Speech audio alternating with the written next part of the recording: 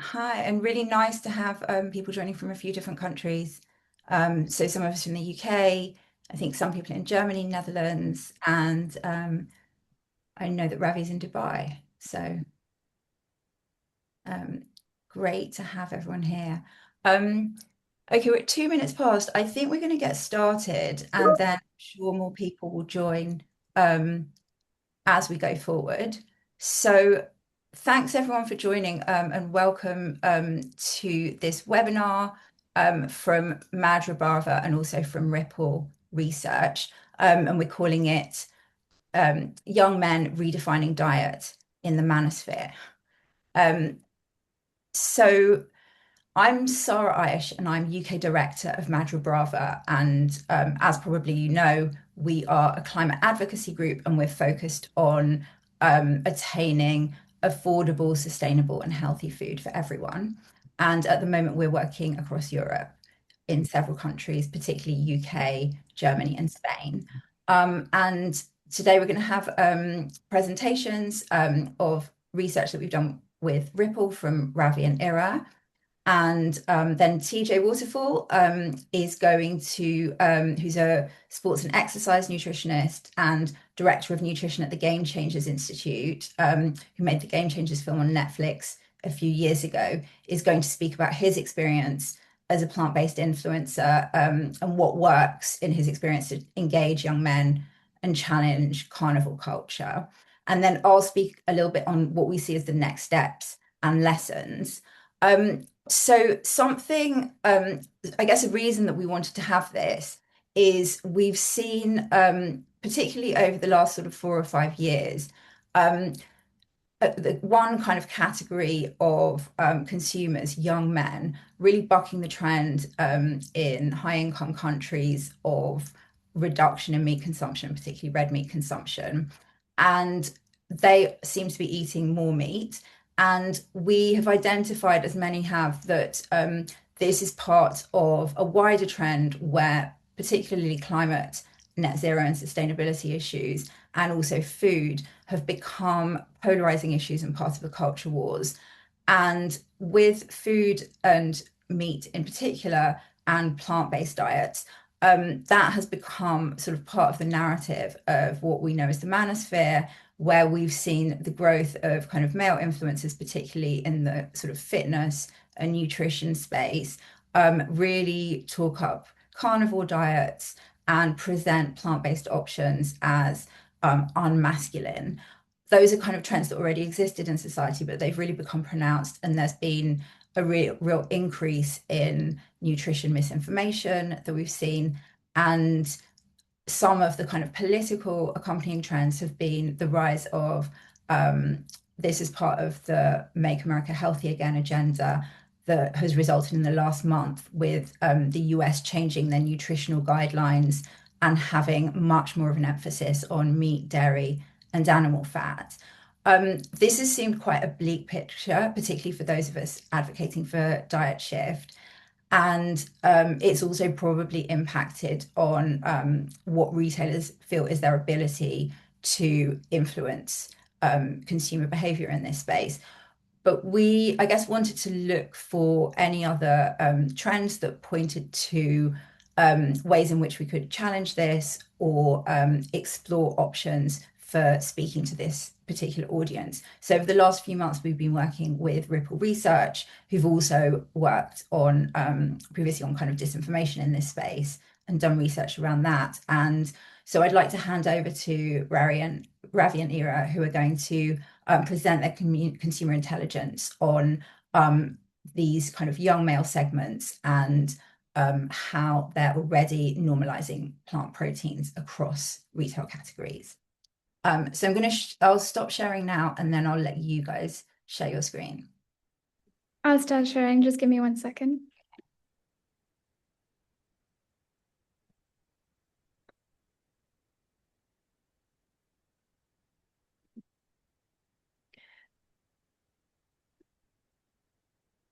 Is this visible to everyone?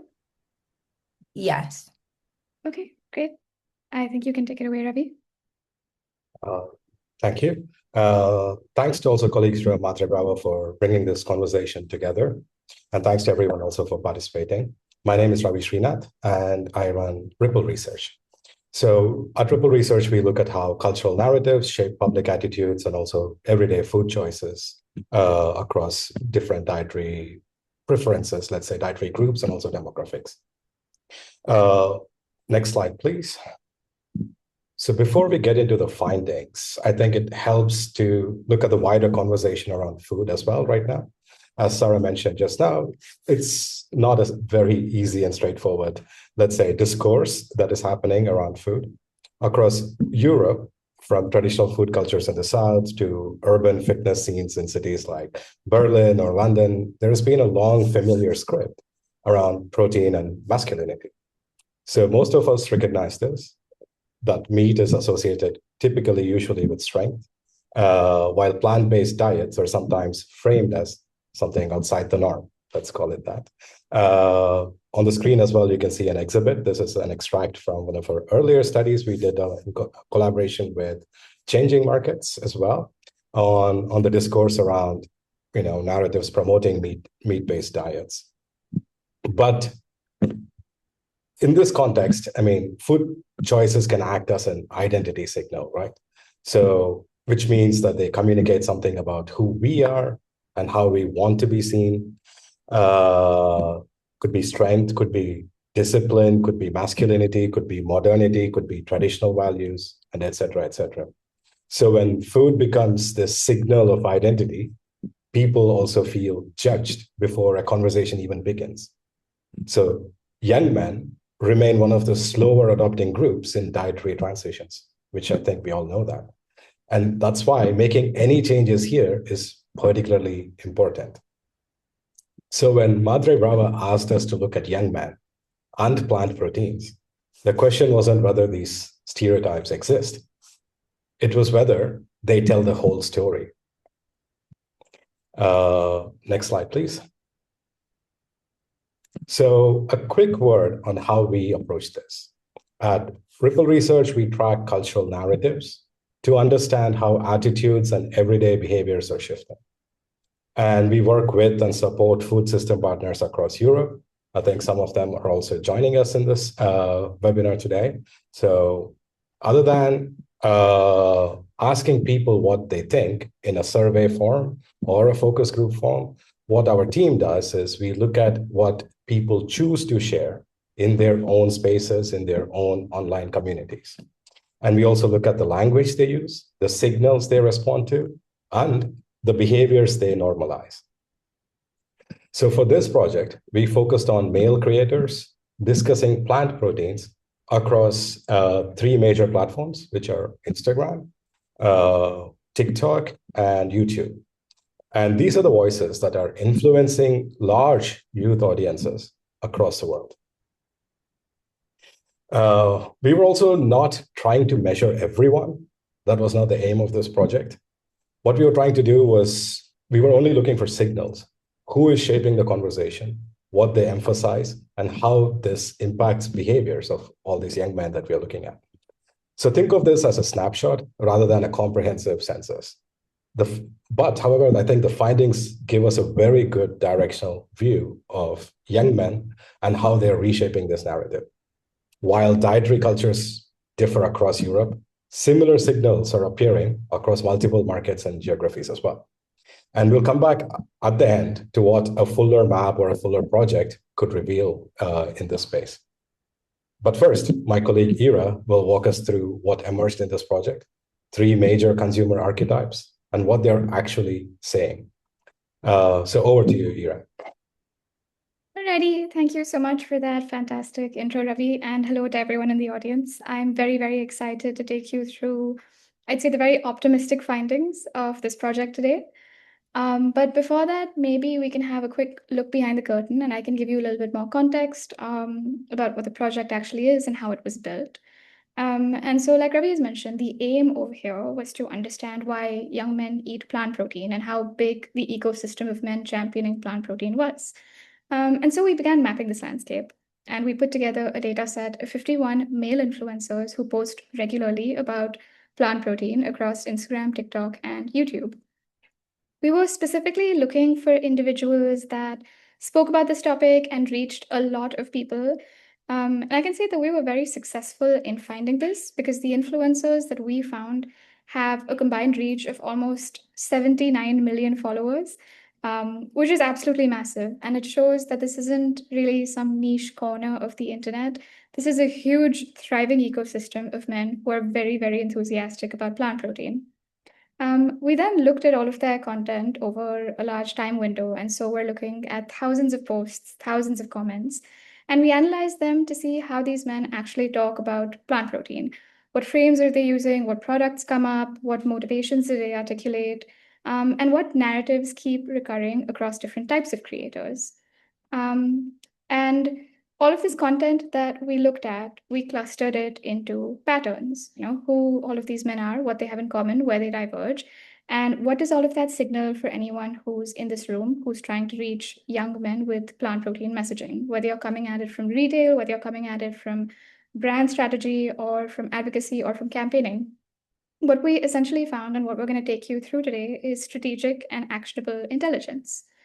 But before I actually get into the findings, I would like to ask the audience a question that we asked ourselves throughout this project, which is why plant burger? Why would someone choose to eat a plant burger or drink a plant protein shake or swap out their lamb mince for soy crumbles when they're making spaghetti bolognese on a Tuesday evening? And so, for anyone in the audience who routinely eats plant protein, or anyone who's even tried plant protein even once, I'd like to ask why. Why did you try it? Why do you like it? Was it curiosity? Was it flavor? Is it the health benefits? Is it something else entirely? You can go ahead and put your answers in the chat, even if it's just a single word, and then we can take a very quick look at them. I can pause here for a couple of minutes. And Ravi, maybe you can let me know what people are saying in the chat because I can't see it right now.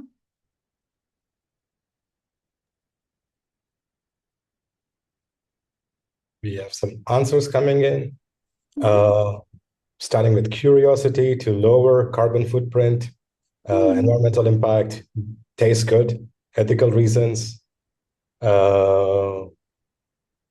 logical choice, benefits health, environment, and animal welfare, and they taste great.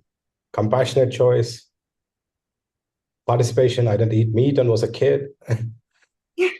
Curiosity, but driven by animal rights for me. Climate and ethical reasons, animals and environment. Price, if it is cheaper, like at Burger King. Animal welfare, then health, much better for us. Fantastic. I can see a few camps starting to form over here, a few people talking about health, a few talking about climate and meat's impact on climate, a few talking about taste. All great reasons, all very valid, super important opinions, and very interesting motivations, I would say.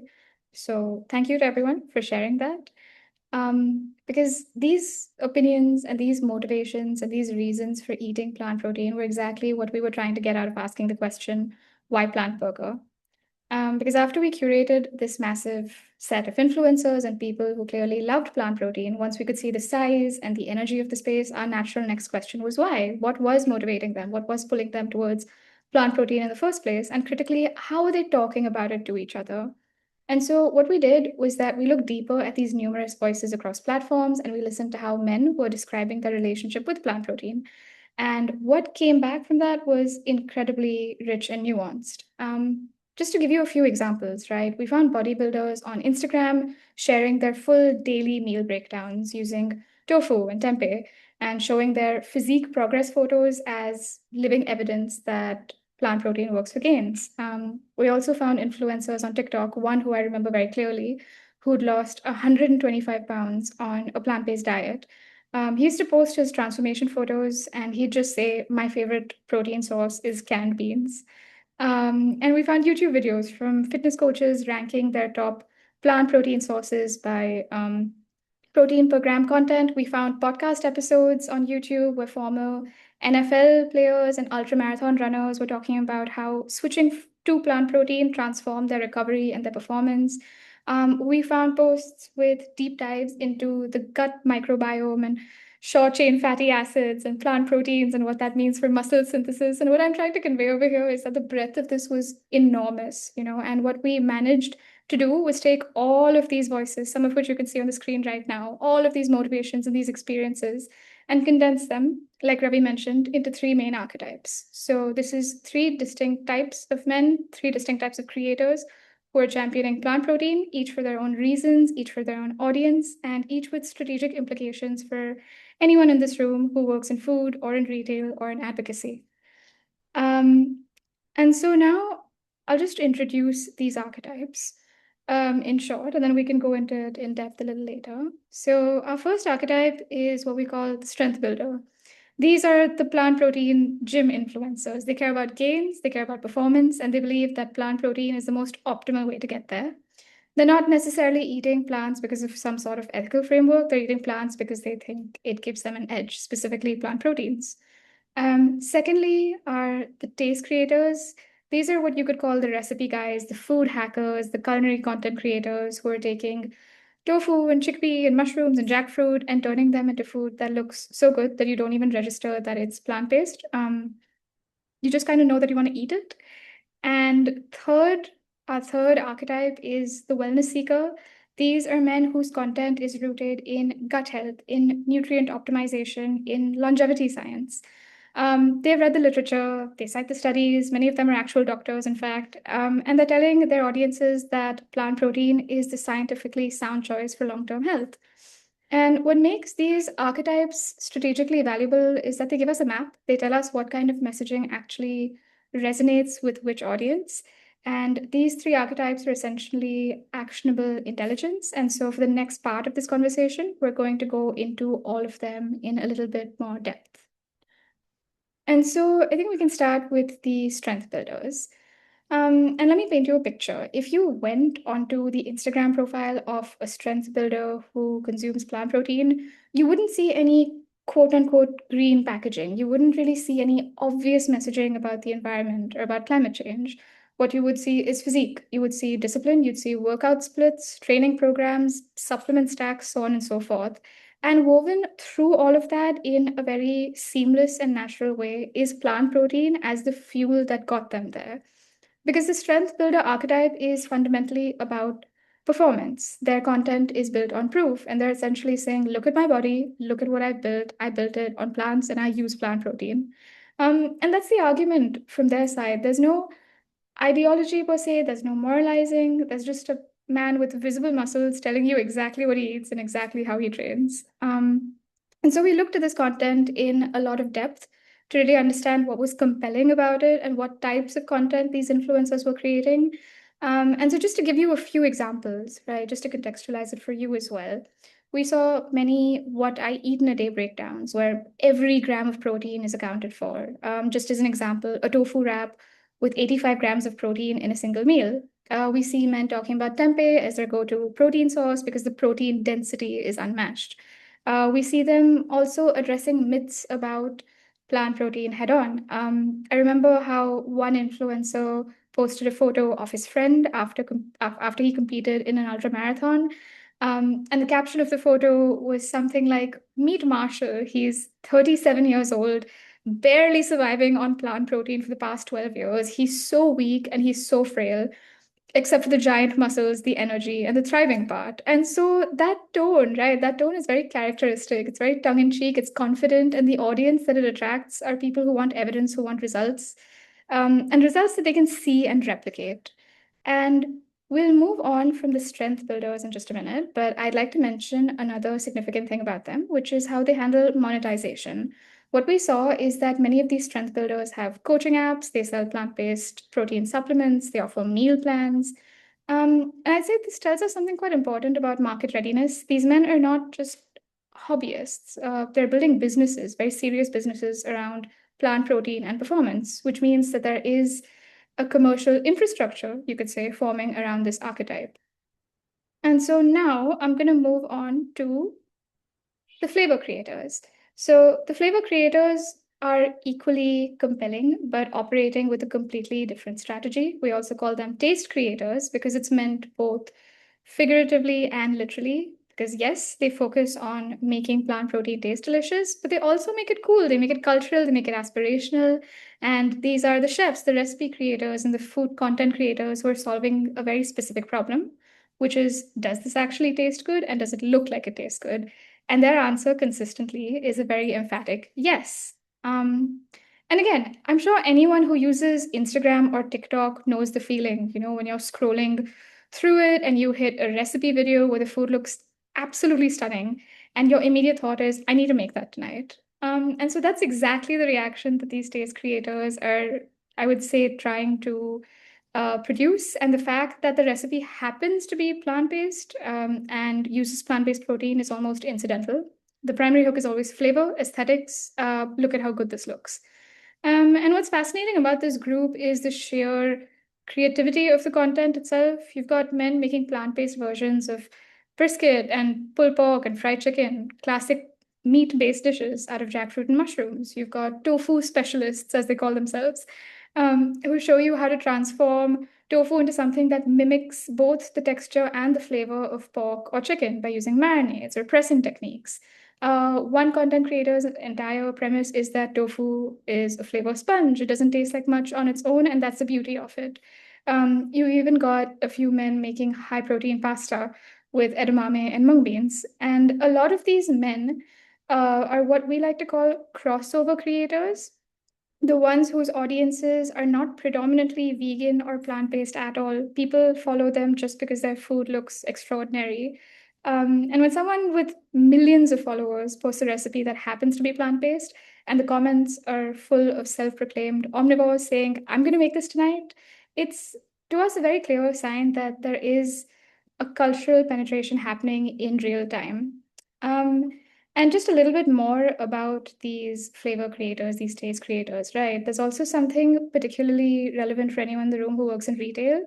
This archetype, they are the ones who most frequently mention specific retailers and specific products. We've seen that they take their audiences along on grocery shopping trips, for example. They give product recommendations and they name supermarkets and brands. They'll say something like, go to your local Aldi right now and grab this because it is so good that it's not going to stay on the shelves for long, in reference to something that is a plant-based protein.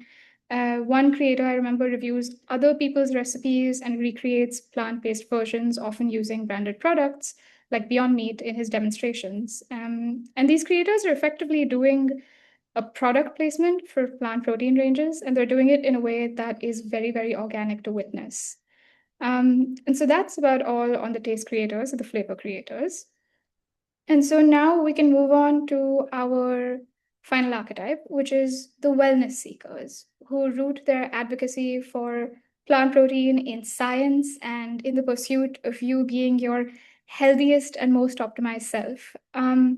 Wellness seekers frame plant protein as the rational, evidence-based choice. They talk about a lot of complicated words that I'm going to throw at you right now. Gut health, nutrient optimization, fiber intake, short-chain fatty acids, anti-inflammatory diets, the gut microbiome's relationship with everything from mood to metabolism, and all of this while championing plant protein as the answer.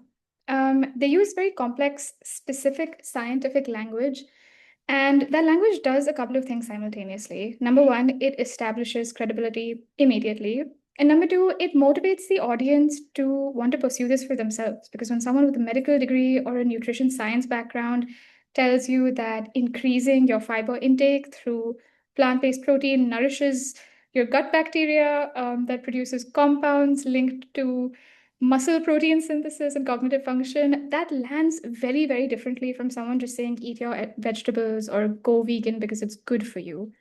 Um, and just a little bit more about these creators before we move on, right? One notable wellness seeker, influencer, hosts a major YouTube podcast where he interviews athletes and bodybuilders and other nutritionists about the science behind plant-based protein performance. Another focuses specifically on gut health education and shares supermarket recommendations for gut-friendly products. One doctor's entire strategy, he's an influencer, is built around debunking nutrition misinformation with peer-reviewed studies. So he'll take claims about soy causing hormonal issues or plant protein being incomplete, and he'll systematically dismantle these false claims with data. And this is where the wellness seekers become very, very strategically interesting for anyone working in advocacy, I'd say, because the myths that these anti-plant protein messaging relies on, right? Like things like eating soy gives you man boobs, or plant protein is incomplete, or you can't build muscle without meat, are precisely the myths that these wellness seekers are already dismantling in their content with citations, with medical credentials, and with accessible explanations. They're doing extremely important counter narrative work, and they're doing it for an audience that really, really trusts them. And so that's all on the wellness seekers. A final interesting point for me before I hand things back to Ravi goes beyond the content of these archetypes and looks at the audience engagement dynamics. We've seen how these archetypes differ in their messaging, and a pattern that we've seen is that they also differ in how they capture audience attention. We've seen that strength builders tend to grow through sheer output consistency. They're posting every single day, they're showing up in feeds constantly, and their audience builds steadily over time with that reliability. You'll see a lot of accounts with tens of thousands or hundreds of thousands followers that have been consistently building up this follower base for years. We've seen that taste creators grow through virality because a single video can break through to millions of views and pull in followers who had no prior interest in plant-based protein at all. And that's why you'll see a few culinary outliers in this space with already massive reach. So these are multi-million follower accounts because a really well-shot, delicious-looking recipe doesn't really need much context to perform. People just love it. And the wellness seekers, right? They grow through credibility compounding. They may not have the raw volume that strength builders have or the viral spikes that taste creators have, but their audiences are highly engaged and very, very trusting because their content is backed by credentials and evidence. And for anyone thinking about which of these creators to possibly partner with, to amplify, anything of that sort, these kind of growth mechanics do matter. They tell you what kind of reach you can expect, what kind of audience you're accessing, and what the engagement dynamics look like. And so that is all from me for now. Thank you to the audience for so patiently listening to these findings. They make me feel super optimistic, and so I hope they do the same for you. I'm now going to hand things over to Ravi. He'll take you through how these findings matter and also a little bit about how they can be used. So over to you, Ravi. Thanks, Hira. I already see some questions in the chat. If you have any questions or even thoughts or comments, do please put them in the chat, and we'll save them till the end when we have our full discussion in the agenda. But very quickly, will the deck be shared? Yes, I think we can definitely share the deck as well. So just after the webinar, I think colleagues from Matra Brava will share some more details on that. But back to the slides. Next slide, please. So we've seen quite a lot of data and information about archetypes, about influencers, about accounts, and about followers and all of that. The whole point is, so what? And now what? So what do we do with all of this information? First, we can look at like what are the implications for retailers and brands. So for us, maybe this can also be explored a little bit further in the discussion part of the webinar, is what does all of this mean in terms of how people actually discover and try these plant protein products? Usually, in many places, in many outlets, plant protein is often confined to alternative shelves and sections as well. But young men are encountering these products in spaces associated with performance, convenience, and wellness, as Hira was sharing earlier. So product discovery usually happens in contexts that are tied to their daily routines and also their daily use cases. The use case being fitness or convenience or well-being, rather than in places where people expect ethical messaging. So that first moment of trial often begins with familiarity and practicality. Like, what can I do with this in my daily life? So these archetypes invite new thinking about product range decisions as well in retailers, who they partner with, and also what kind of promotions that they can roll out. So because these habits in these segments are still forming, this is a very early stage, very growing, nascent part of the entire market. There is a real window to shape how the adoption of this category happens as well. Next slide, please. So also here, we can pause a little bit and maybe discuss as well on how all of this matters for our advocacy and campaigning stakeholders and organizations, both in the audience of this webinar and also more broadly as well. So what we know so far is climate and animal welfare messaging have built real awareness in the last many years. I think these are the same sentiments that are also captured in the chat here. But what we see is this foundation that has served us quite well in the past is shifting quite a bit. There are new additional entry points that don't trigger the same defensive reactions tied to identity. Again, these additional entry points are performance, taste, innovation, gut health, and everyday functionality. What we're also seeing is a shift in language. Many creators are moving away from labels such as vegan or cruelty-free, which can become caught up in culture war debates. And not just can, they have also definitely been caught up in culture war debates. We did an entire study on that. The link was shared earlier, but happy to share it again. Instead, they frame plant protein in practical, inclusive terms that also invite participation rather than just identity signaling or online arguments. So the messengers are already out there on all these platforms, and their narratives are gaining traction. For all of us, I think a takeaway here could be that maybe we don't need to invent something completely new, but more about also amplifying these narratives and these voices that are already making change towards plant proteins feel normal. They're normalizing it. They're not even opening up the debate, should you or shouldn't you? It's just part of life, and that's what they're trying to do. Next slide. So finally, this is a snapshot project, as we said, and it answers one main question, only one. Are young men engaging with plant protein? So we can see, yes, very clearly they are, but it also has surfaced a lot more questions that need a much larger comprehensive investigation. And we have so many new questions. I don't even know where to begin, maybe one or two. Which narratives actually drive purchase behavior versus just engagement? I mean, this is an often asked question. We would love to get into it, but we have not had the scope within this particular project to get into it in too much detail. Where is resistance? We all can expect and know that there will be resistance to this. Not everybody is suddenly going to convert into plant protein tomorrow or have already done so. So we would like to find out, like, where is resistance still strong and why? And how does this differ by geography? For example, UK versus Germany versus Spain versus somewhere else. And finally, which product categories are poised for a breakout movement versus some of them could be a slow burn product. We can also see all of those things. That would also be quite interesting for retailers themselves to understand where the trends are already happening. And speaking of, we were discussing this just before in the practice run through before everybody joined. We said narratives tend to shift before markets do. And we are watching that shift actually happen, and it's beginning to happen as well.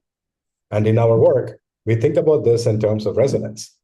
We call this internally resonance design, which is aligning messages and interventions with what people already believe and their daily lives and their daily concerns as well, and what that particular information ecosystem rewards them with, and what organizations need to do to achieve resonance in this space.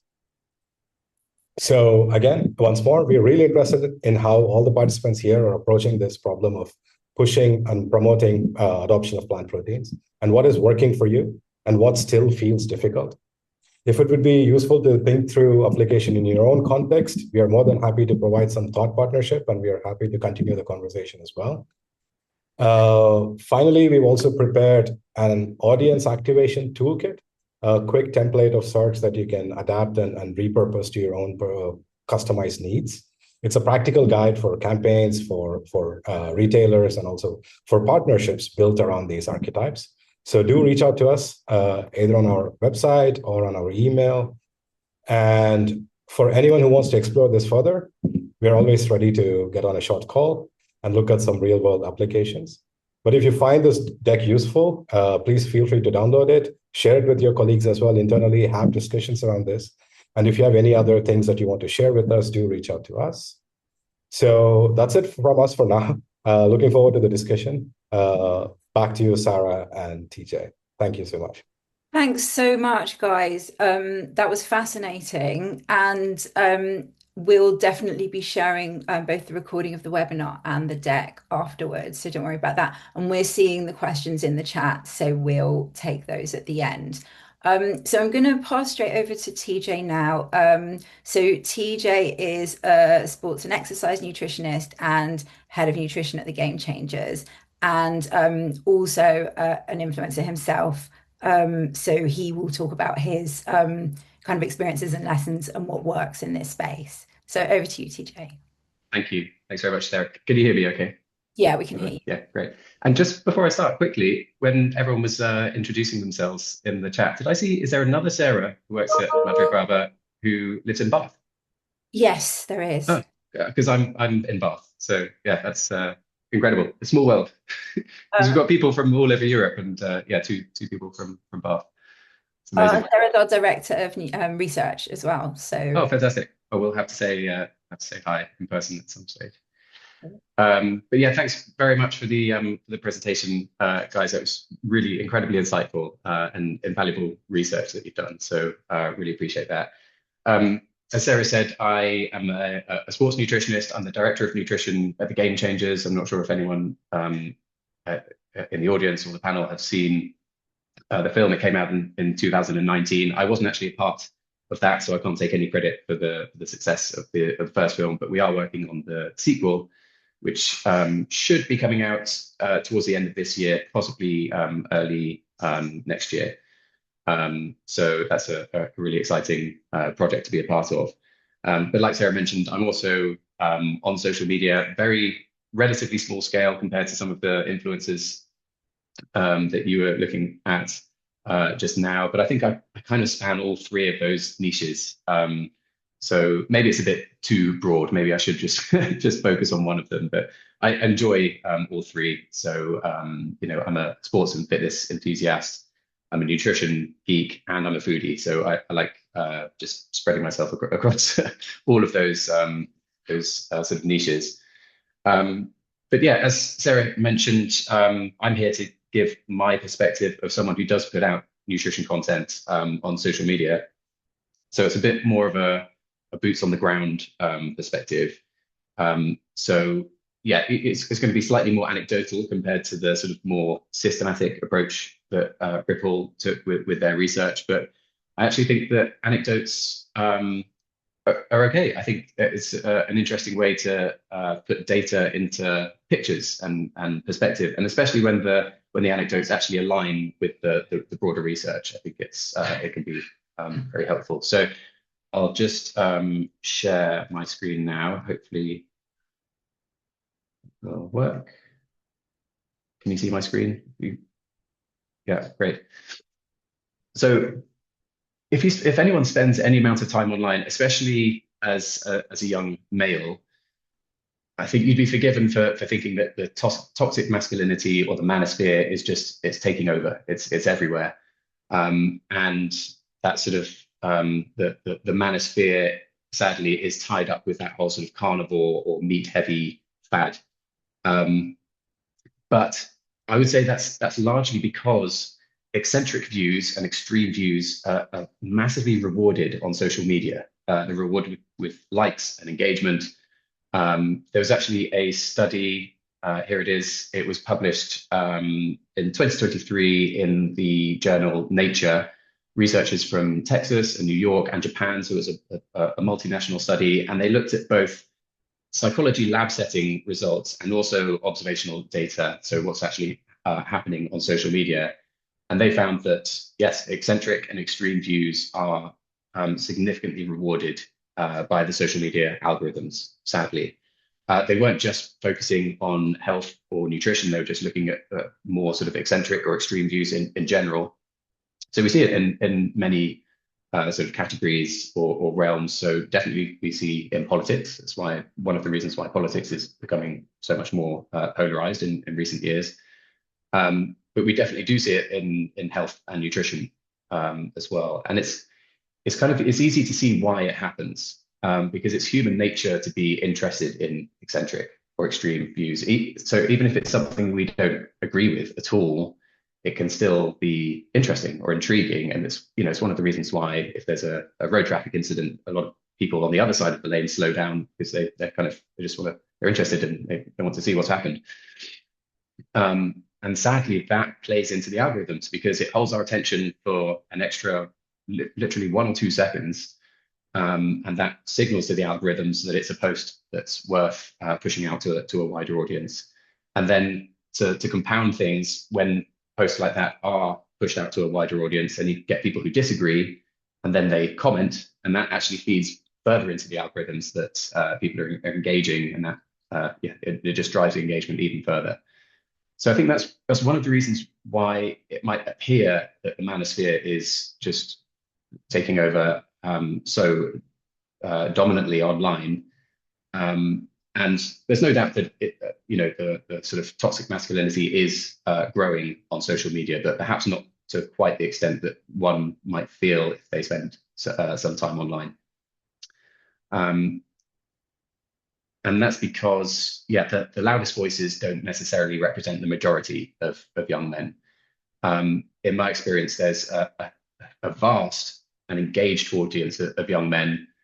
What they're actually seeking is advice or inspiration on performance, and they're also craving a sense of agency and identity. So performance is quite obvious. You get a lot of young men who are just looking for advice for how they can efficiently improve their strength or physique or endurance, some of that sort of more physical aspect. But then also young men are also seeking the sense of agency. So it's a sense of control over their body and their health and their own future. And I think that's why posts that debunk misinformation and reveal the truth speaks to people. It gives them that sense of agency that they're actually in control of what information they consume, and they're sort of insulted that they've been lied to by other influences. And then finally, that sense of identity. So it's who they want to be. They want to feel like they're part of a group. I think it's a natural desire for humans to, it's natural to have that desire to have a sense of tribal belonging in a way. So for a lot of young men, that means being part of a group that practices competence and discipline and self-mastery. It's not all about being part of a toxic masculinity group. Sadly, that desire for performance and a sense of agency and identity does sometimes play into the meat-centric messaging, and that's for a number of reasons. Firstly, that meat-centric messaging is very simple, so it's really, really easy to understand, much easier to understand than nuance. A lot of people don't have the attention span for, if there's a subject, you need really at least a couple of minutes to explain any nuance rather than just providing absolute advice. So that does often play into the meat-centric messaging. It's that sense of certainty as well, because a lot of the meat-centric influences just give absolute, really strong promises that their approach will increase health, improve health, increase muscle. They display it as a sort of panacea for benefiting every aspect of health and performance. And the whole meat-centric messaging does also play into that sense of tribal belonging. So groups really do bond over their experiences, and it's nice to feel part of a group. And then, as we discussed in the last slide, all of this plays into that algorithmic amplification. So in my experience, this audience who do fall for the meat-centric messaging, they're not really worth trying to reach. They can be very dogmatic about their beliefs and almost quite difficult to reason with sometimes. But having said that, funnily enough, they're the ones that often comment on posts and of mine and other plant-based influencers, and that actually helps with the engagement and algorithms. So we don't mind them commenting. It actually helps, and plays into the algorithms and sparks engagement. But in terms of actually, efforts and where we're putting our efforts, I think it's the people who are just sort of on the fence, which is the vast majority of young men. That is where we should be focusing our efforts. So while the sort of more extreme voices dominate part of the online conversation, I don't think they represent the majority of young men. Most young men are pragmatic, and they just want foods that are going to help them perform. So I was going to talk quickly now about how the nutrition space is a very dynamic space, because it's almost like this pendulum swing. When there's a rise in any movement, shortly follows a counter movement, and that happens really in any domain. I think one of the most obvious examples is like fashion. Styles appear, and then all of a sudden they're absolutely everywhere. You need to be in, seen in whatever this particular fashion trend is, and then a year or two later, it just becomes very uncool to wear that same style. And we see it in politics to a degree. I think that can help explain, at least in part, why we see such a frequent alternation between parties at general elections. And it very much happens in the health space too. So I think one of the best examples is the low-fat boom that occurred in the 80s and 90s. There were there's lots of media and press about how fat is the root cause of many people's problems. There's a huge rise in low-fat or fat-free products in the supermarkets. Unfortunately, lots of those were highly processed and had added sugars to replace the fat. But then people realized that actually obesity, chronic disease is still on the rise, even though the low-fat boom has been so prominent. And then what followed was the low carb. It was almost like a counter swing in the 2000s, and to some extent is still prevalent today. And this pendulum swing, the sort of movement and counter movement, seems to be what happened with plant-based eating. It had a huge boom in sort of 2018, 2019. It lasted for several years. It's still definitely very, very prominent, but the rising carnivore and the heavy meat-centric diets was the sort of counter movement to that. I think the difference between the other examples I gave and the meat-centric messaging was that the meat-centric messaging is very multifaceted. So as with many other counter movements, it was the rise in plant-based eating triggered some sense of identity threat in certain groups, and that definitely contributed to the counter movement. But I would say that an even bigger factor is that the meat industry felt threatened and coordinated a very wide-scale, very sophisticated counterattack. And when I talk about this with people, with like lay people, I imagine most people in the audience are very well aware of that. But yeah, if you talk to someone who's not in the nutrition space, it almost sounds to them like it might be slightly conspiracy theory, talking about big industry, pushing a narrative. But actually, the efforts by the animal agriculture industry have been systematically analyzed and published in leading journals. So I've got just a couple of examples here. I don't think I'll get into the weeds now about the specifics of these systematic reviews, but there's been several now that systematically analyze the animal agriculture's influence. This one here was published just last year in the journal Climate Policy. Another one also published just last year in the American Journal of Clinical Nutrition. So both in the environment and the health space, there's been a huge concerted effort to cast doubt and confuse the public on the science of both the health and the environmental impacts of meat consumption. And then also, as well as influencing the science, a report also just last year by Changing Markets found that the industry is also working with influencers to orchestrate messaging. So there's been a couple of hashtags, massively viral hashtags that were instigated by organizations like the Beef Checkoff and the National Cattlemen's Beef Association to help push meat-heavy diets. So all of this sounds quite scary, but I think that the reassuring thing is that those counter movements, they do have loud voices. There's no denying that, but they definitely don't represent the majority of young men. I don't know about you guys. I don't know a single person who actually follows a carnivore diet. Most people's diets are much more balanced. But it's, like I said earlier, it's almost like it's kind of interesting just to see what they're doing. And I think that's why it's gaining a lot of traction and making so much noise online.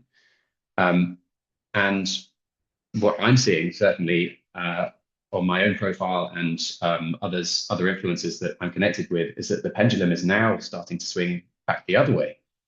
And I think that's for two main reasons. Firstly, it's becoming more and more obvious and clear that a lot of the carnivore meat-centric influencers, they're just making glaring mistakes in their logic. So a lot of the influencers, I try to do this, but other people do a much better job at having a huge reach. They communicate and they debunk their claims. And it's really obvious that they're just there's double standards, there's biases, and they're just factually incorrect so much of the time. And then also many of the influencers are actually very unhinged. We see, I think you almost have to be to deliberately push out disinformation and misinformation online. So for a while, they were almost held up on a pedestal for being truth speakers and going against the mainstream and actually saying what's really the truth. But actually, a lot of them are making headlines for really negative things. So the Liver King is one. He made headlines for steroid abuse, very eccentric behaviors like drinking their own urine. Paul Saladino is another example. He was sort of dominant in instigating the whole carnivore movement, propagating it. But he has admitted that he had heart palpitations and low testosterone after following a carnivore diet for a couple of years. And so he's reintroduced carbohydrates and plant foods. So I think that's one of the reasons we're seeing the counter movement, the pendulum swinging back the other way.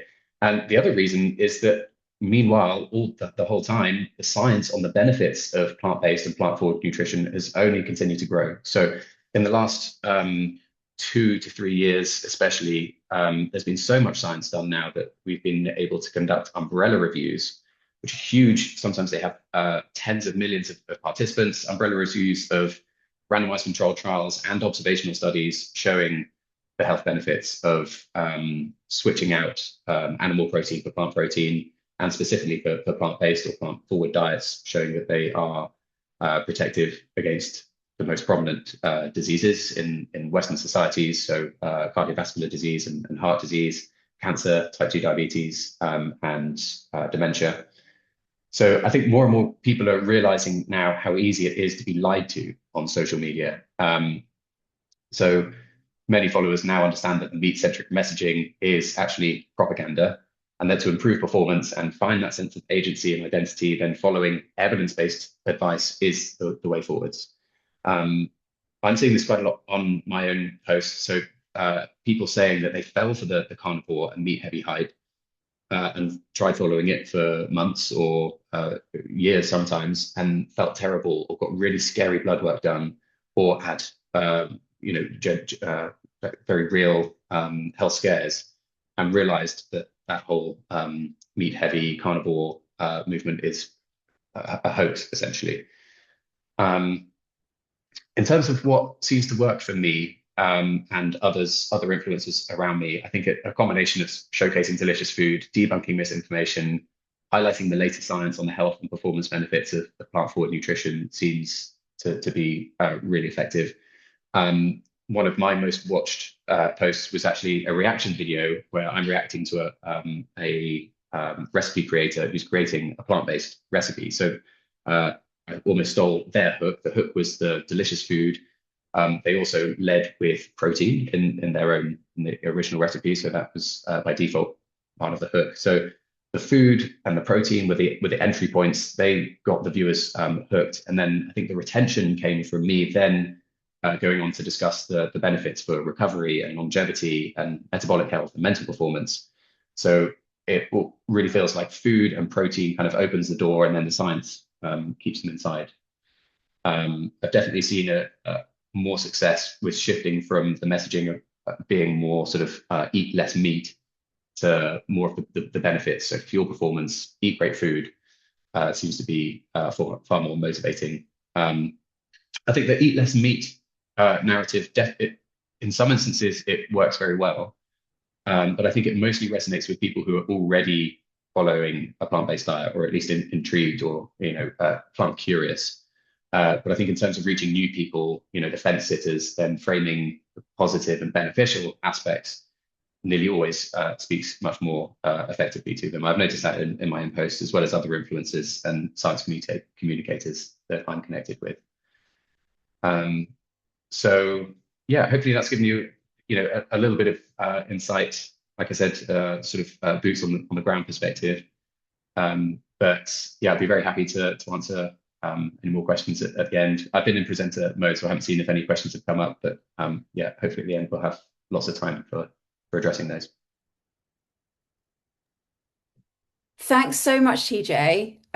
Really appreciate that. And it was, I think, so interesting to have the broad perspective and see the research from Ripple, and then have the deep dive from you and understand how it is from the experience of somebody who's posting every day, and what those interactions are and the kinds of things that really influence people.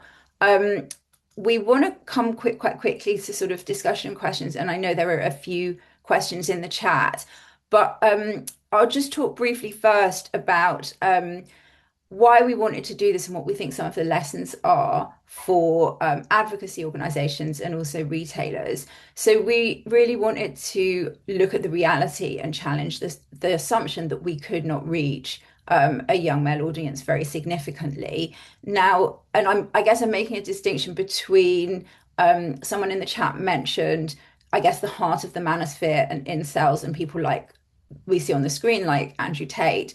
And I think what we're talking about is not those people specifically, but we're talking about the very many people who are influenced by messages coming from that space, particularly on kind of food and nutrition and protein, and particularly targeted at young men who are worried about how they look, who want to be fit, who want to build muscle, and so on. This is an important audience. They're probably at the stage of life where they're leaving home, starting to establish which supermarkets they go to, their brand loyalty, and also establishing some of their longer term eating and buying habits, and also their current and future voters. So when we look at for ourselves as sort of climate and sustainability advocates, policy is one area where these people will in the future have an influence. Oh, sorry, I realize I'm not in slideshow mode. Let me just go into that. Yeah. So I think the research shows quite a nuanced picture, and more nuanced than we might have thought from the kind of mood music that comes out around sort of I guess the manosphere and those kinds of messages. And there are definitely some bright spots and potential directions. And actually, here in the UK last week, there was quite a significant piece of news from Tesco, who announced that they had had an increase in plant protein sales of 25% over the last year. And there's also been some Nielsen data to show that it wasn't just Tesco's. That seems to be an across the board significant increase. And it particularly seems to be coming from products that you would use for cooking a meal yourself. So more things like tofu, tempeh, plant-based mints, and that this seems to be connected with trends in health and nutrition. But also, we ourselves did some work on prices in December, and we noticed that meat prices are continuing to rise. And although there is general food inflation, plant protein sources are more stable and in many cases cheaper. So those might also be affordability decisions. But it feels like there was a bit of a death knell that was sounded for plant-based and vegan trends. And possibly this was sounded too soon, and we might just see the market stabilizing and see people making more, I guess, flexitarian decisions where, on one day they'll cook something with plant-based mince, on another day they'll have some chicken. And I think that points to, an avenue forward where we could see protein as an overall category with a number of options and a protein aisle in the supermarkets with that mix of plants and animals more normalized. So some calls to action. So some retailers, particularly in the Netherlands and Germany, and I know we have some people from those countries here, have most of the retailers in those countries have set a target in line with the planetary health diet for plant-based protein and animal-based protein sales, and for plants to make up a wider proportion of those sales, and some also across their whole assortment of food sales.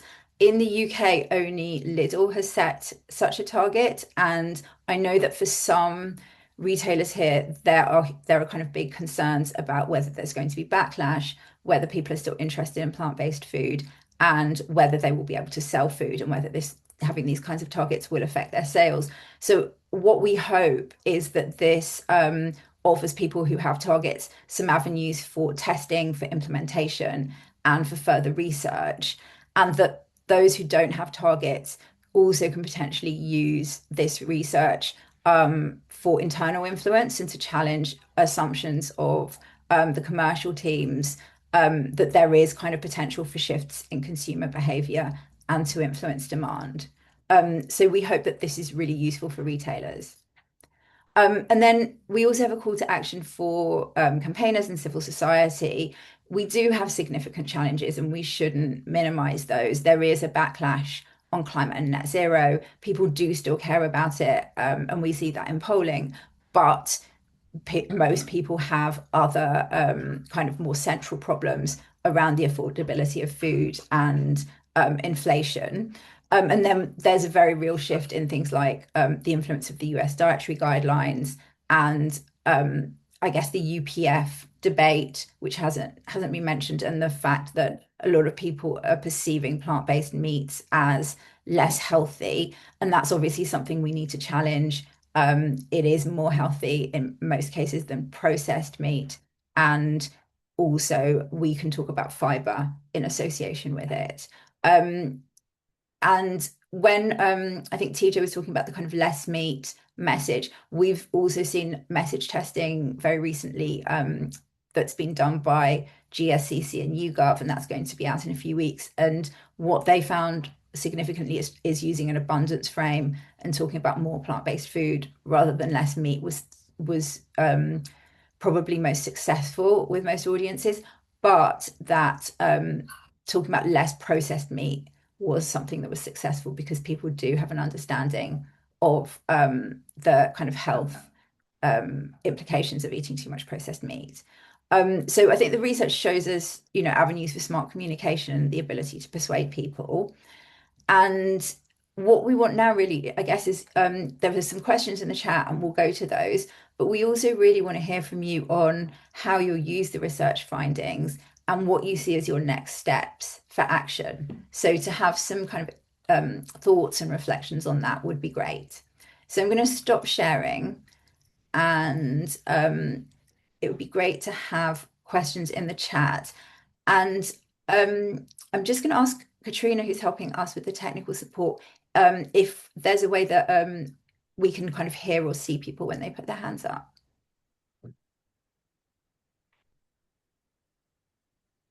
I'll maybe go to some of the questions first while we're looking at that. So the first question, I think, was about whether you look in the research, whether you look at the audience of influencers and whether they reach a male audience or whether a lot of the kind of creators following is mostly female. I can take this one, and maybe also TJ can help me out as well based on direct experience. So we did not look into the audience side of things too extensively because that was not what the study was mainly about. But we did look to identify even those 51 influencers. We had to make sure that these were young men talking to other young men. So that was like the whole premise of the study, right? So otherwise it would not really work for the sampling as well. So we did do some spot checks, but we can't 100% guarantee like it's majority men or 80% men or any of those demographic numbers. But what you say is more or less, I think it is logical, but we're also looking at so many different archetypes, right? Not just the aesthetic food creators. We're also looking at, I think one of the screenshots was about very roughly chopped onions inside a burger. So I don't think the audience was particularly particular about the aesthetics of it, and we could maybe make some assumptions on who the audience could be for that. TJ, anything to add on this as well from your first-hand experience? Oh, can you hear me? Okay. Yeah. Yeah. I think my first-hand experience might be pretty biased because, I am a young male, well, not that young anymore, but I am a male um, influencer who puts out stuff online, and I kind of, I straddle all three of the kind of categories that you identified, so food and sort of science and health, as well as more sort of sports and fitness. So I can actually tell you, I think most of my followers are, I think over 50% are female actually. So I imagine it changes depending on which category. So maybe the sports, like the bodybuilders are more male. I'm not sure. Yeah. So I can't really say with any certainty based on my experience, but Thank you. Thanks. I've got a second one, which is from Daniel, which is about the Manosphere being quite a specific universe, especially on Reddit and forums, like incels and pickup artists, and characterized by a lot of misogyny. So is this a group that we're going to address at all in the presentation? And I think I said something about that, which was basically, I don't know if we're really going for those hardest to reach people. I think what we're looking at is the wider influence of the messages and influences that come from that space, and providing a counterpoint to that. But I don't know if anyone else would also like to answer that question. Maybe very briefly, just to echo what you just said. The aim of the study was to find bright spots. So the entire manosphere, we don't consider it to be a bright spot. It's a very toxic place. So what we wanted to do was to find the counterpoint to it, because the predominant stereotype could be that these are the guys guiding young men into their dietary choices, along with a lot of other choices as well. But what we wanted to show is that there is actually a countercurrent to this, and not just a small niche one, but very big, sometimes bigger than some of the biggest influencers in the manosphere, driving these changes as well. So that was our main aim. Studying the manosphere was not, or countering within the manosphere, the meat narratives was not part of this study. Thanks. That's really helpful. So Mark's asked, what percentage of the young male audience in the UK do you think are in the target you're talking about? For example, people who are into performance training, and developing elements to control this element of their life, whether they're following a meat or plant-based high protein diet. And are there any other segments we should be aware of young men? I think almost everyone falls into at least one of those categories. Most young men are interested in performance to some extent, and maybe I should have put health in that category as well. So it's not always about strength and aesthetics and physique, but just autonomy over your own health. And then the sense of agency and identity, I think that speaks to most people to some extent, whether it's recognized or not. I think that's sort of part of human nature. So yeah, I think most people fall into at least one of those categories, but a lot of people fall into all three. Thanks. Yeah, so Anya has asked about why this is only about men, and Sarah's actually replied to that. And it's basically because most demographics are showing a reduction in meat consumption, but young men were opposite. And so we wanted to look at this as a demographic that was seen as particularly hard to reach and find some bright spots. And then, Can I add to that? I saw a absolutely. very interesting study. It was based in the US, not the UK, but I suspect it's very similar trends. But it was in 2023. Over 50% of the meat consumed in the US was consumed by only 12% of the population, and that 12% predominantly young men. So yeah, I think it is a demographic that's really bucking the trend of general reduction in meat consumption. They're sort of, yeah, a lot of them are going the other way. Well, I say a lot, only 12%. But yeah, I think it shows that there is a portion of the demographic where the meat-centric messaging is reaching them and speaking to them. Yeah, that's like, yeah, quite significant. Thanks. So I've made it so that people can speak. So would anyone like to like offer a reflection or ask any questions or actually add to any of the answers that have been given?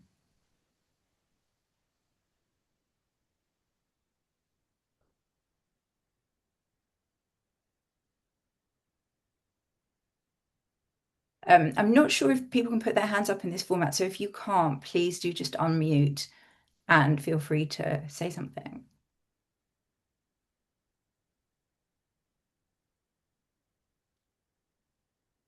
Okay.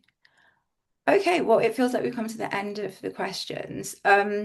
So I want to thank everyone for joining us and for taking the time. And we wanted to give a little bit more time because it's such a interesting and in-depth subject. So really appreciate that, people have stayed longer than an hour. Also, I can see Sarah's also got a question. So Sarah, do you want to speak now? Hopefully this works. Yeah, Can you hear me? yeah, we can hear you. Great. Sorry, I didn't want to be the one to ask from a direct brother, but if no one else has got a question, then I can. I'm really interested to hear TJ's thoughts about the protein kind of craze and this idea that we need to be eating lots more protein or not. We had the dietary guidelines in the US come out suggesting a really quite high consumption of protein, which I think can promote weight loss, but I guess it's how you do it. So I'm interested to hear about that kind of trend and what can be what you think about it. Thanks. That's a great question, and I think a lot of it stems from sports nutrition advice. So for athletes, going up to, I don't want to get too technical, but going up to like 1.6 grams of protein per kilogram of body weight per day, or sometimes even beyond that, up to 2 or 2.2 grams per kilo can give you a slight advantage. There's diminishing returns on investment if you look at it like a business model, going up from the recommended daily allowance up to like 1.6 can have quite a major effect, but going anything beyond that, diminishing returns. But that is sports guidance, and it's kind of been applied on a public health messaging scale, which most people that doesn't actually apply to. That it would apply to people who are really interested in gaining that extra few percent at the gym or in their training. If you're exercising every day and you're competing, and that extra few percent makes a difference, then that can be important. But for most people, they don't really need to be consuming that much protein. Having said that, I think the RDA, which is 0.8 grams per kilogram of body weight per day, is kind of borderline low. It's been set at a level that is designed to help the majority of people avoid deficiency. But there could be benefits in increasing it a little bit further from that, so up to maybe 1 or 1.2 grams per kilogram per day, especially in older populations.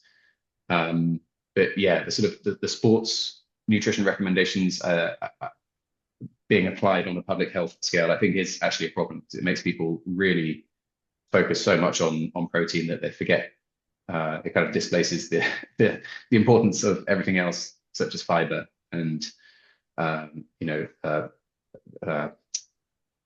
anti-inflammatory compounds, and antioxidants, and vitamins and minerals. And also, I guess when you advocate people eating a very high protein diet, then that can make it slightly harder to achieve on a plant-based diet. You do have to be a bit more cognizant about making sure there's loads of protein in every meal, and it can increase reliance on supplements.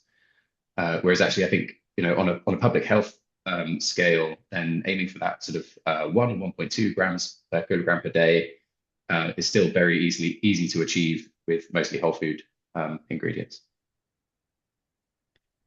Thanks, TJ. That's really good to know because I think it's actually not only young men who are targeted with some of that information, it's a lot of other, like a much wider demographic of people as well. And yeah, I think a thing for us is although we initially looked at the fact that for many people in high income countries, there's protein overconsumption. We have chosen not to use that messaging at all because the kind of protein message, the protein movement and the protein push and the protein messaging is so strong that we just didn't feel like it would even be believable. So I think we focused on the fact that you can still get plenty of high quality protein from plant foods. And then also now we're starting to talk more about fiber, which you get from plant proteins and not from animal proteins so much. I also have one question if Mhm. we still have time. Absolutely. Uh, for me, I think until now, the conversation and also like our project together, it's looked at things from a demand side, right? Or even stimulating demand from the consumer side. I know if we have some colleagues from the retail side as well, from the supply side, if you will, I would love to hear maybe one or two points from their side on what they are seeing, because all of this would be almost a moot conversation if there is no impact on the supermarket side or at the retail side. So it'd be great to hear maybe some thoughts if any of this actually translates to some purchase behavior or some other market trends on the retailer side. I think that would be a great closing the loop on this conversation as well. I don't want to put anyone on the spot, but I know that there are still some retailers on the call. And I just wondered if anyone would like to speak from that perspective.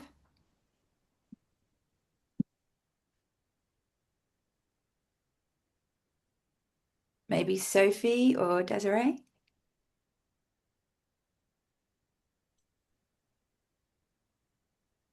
Okay, sorry, I don't want to pressure you. But I think it's something that we can definitely pick up in conversations after this. And yeah, definitely one to think about. Okay, cool. So I'm gonna, unless anyone's got any other questions, I think we'll bring it to a close. But I want to first of all thank Ripple Research and Ravi and Ira for first of all doing the research in the first place and just this picture that we've got from them that I think we wouldn't have otherwise. And also just to mention that TJ referred to the report on disinformation by changing markets, and I believe Ripple were also involved in that as well. Um, and also thank TJ for bringing his perspective. And I think we're all going to be looking forward to the next Game Changers movie. And yeah, it had such a huge impact when it came out last time. And I think there's definitely a lot more to say and a lot more evidence and much needed in this space. And yeah, thanks everyone for joining us. Really appreciate it. And we'll be sending out the slides on the research, and we'll also send a recording of the webinar. So thanks everybody.